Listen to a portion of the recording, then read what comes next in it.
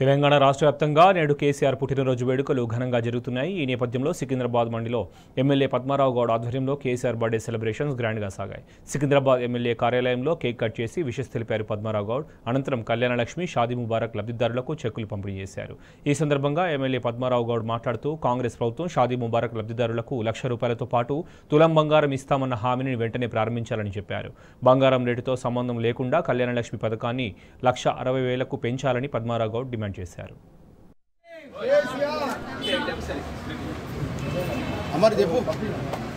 Jai KCR, Jai KCR, Jai KCR, Jai Bachchanna, Jai Bachchanna.